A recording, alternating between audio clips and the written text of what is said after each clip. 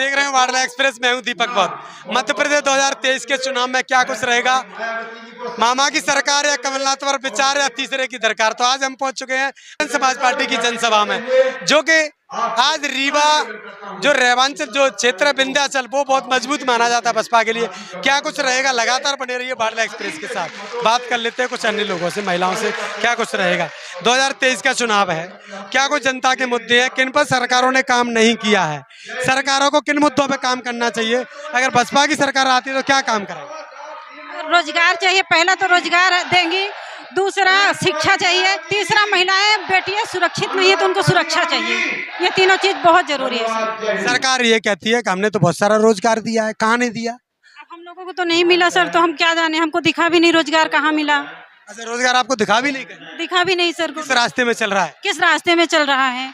और मामा कहते हैं, शिवराज सरकार कहती है कि अगर शिक्षा की बात करें तो स्कूल सीएम राज बना दिए, और भी तमाम ऐसे काम कर रहे हैं हम लोग। और वो भी बता रहे हैं कि हम खाना पढ़ाई तो दे ही रहे हैं, पढ़ाई के साथ साथ खाना भी दे रहे हैं। क्या लगता है आप।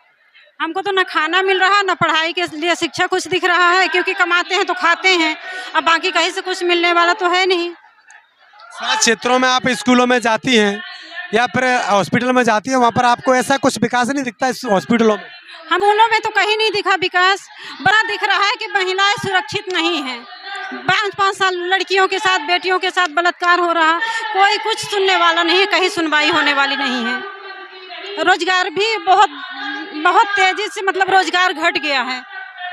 कौन सा काम करना चाहिए सरकार को, अगर आपकी सरकार बसपा की आती है, बहन जी यहाँ पर अगर सीएम बनती है, तो किन किन मुद्दों को आगे उठाना चाहिए। पहला तो सुरक्षा चाहिए महिलाओं का, दूसरा शिक्षा चाहिए, तीसरा रोजगार चाहिए। महिला को कहाँ असुरक्षा होती है, कहाँ पर मतलब सुरक्षित नहीं रह पाती, रास्ते में नहीं रहती, बसों में नहीं रहती, या पब्लिक प्लेस पे जाती है नहीं रहती, या फिर कहीं सरकारी ऑफिस में जाती है वहाँ नहीं रहती। कहीं भी नहीं है, घर से लेके रास्ते में लेके बस में कहीं भी सुरक्षित नहीं है। घर से उठा ले जाते हैं, 5-5 साल के बच्चियों के साथ बलात्कार कर देते हैं, कहीं सुरक्षित नहीं है। क्या क्या व्यवस्था होनी चाहिए इसके लिए, क्या सिक्योरिटी गार्ड लगने चाहिए या कैमरा लगना चाहिए, क्या होना चाहिए। इसके लिए सिक्योरिटी गार्ड से कुछ नहीं होने वाला, कैमरा से कुछ नहीं होने वाला। अगर सरकार चाहेगी तो उनको सजा दिलाने लगे तो ये चीज नहीं होगा हमारे हिसाब से, बाकी तो हम नहीं जानते। सरकार को बड़े बड़े मुद्दों पर काम करना चाहिए लगातार। क्या कुछ मांगे रहेंगी 2023 के चुनाव में, किन मुद्दों पर बसपा काम करने वाली है अगर सरकार आ जाती है तो।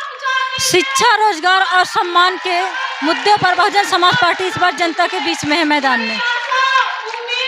चलिए 2023 के चुनाव में आप भी बताइए किन मुद्दों पर सरकार को काम करना चाहिए। हमारा सबसे पहले ये मुद्दा है कि शिक्षा, स्वास्थ्य, रोजगार।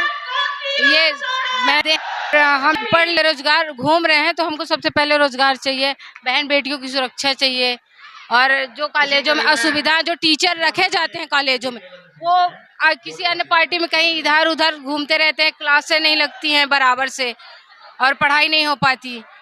शिवराज तो ये कहते हैं लगातार हमें स्कूलों में, कॉलेज में बहुत वीआईपी व्यवस्था करके बड़ी बड़ी बिल्डिंग बना देने से क्या होता है, जब उसमें पढ़ाई नहीं होगी तो बिल्डिंग क्या करेंगे हम लोग, ये बताइए। हमको तो पढ़ाई चाहिए ना, क्लास रेगुलर लगे, सुविधा हमको चाहिए, और फीस कम कराएं।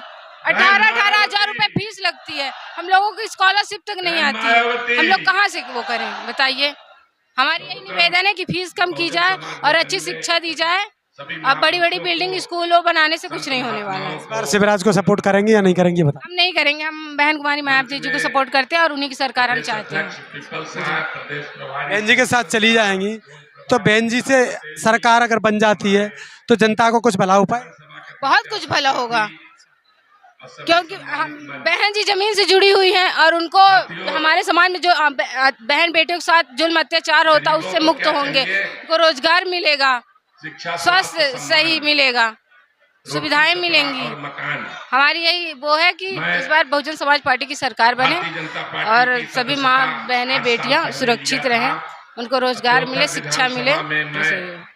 चलिए तो लगातार बने रहिए वाडला एक्सप्रेस के साथ। आप देखते रहिए वाडला एक्सप्रेस। मैं हूँ दीपक बौद्ध। यूट्यूब पर हैं तो सब्सक्राइब करिए, फेसबुक पर है तो फॉलो करिए, इंस्टाग्राम पर भी हमें देख सकते हैं। देखते रहिए वाडला एक्सप्रेस।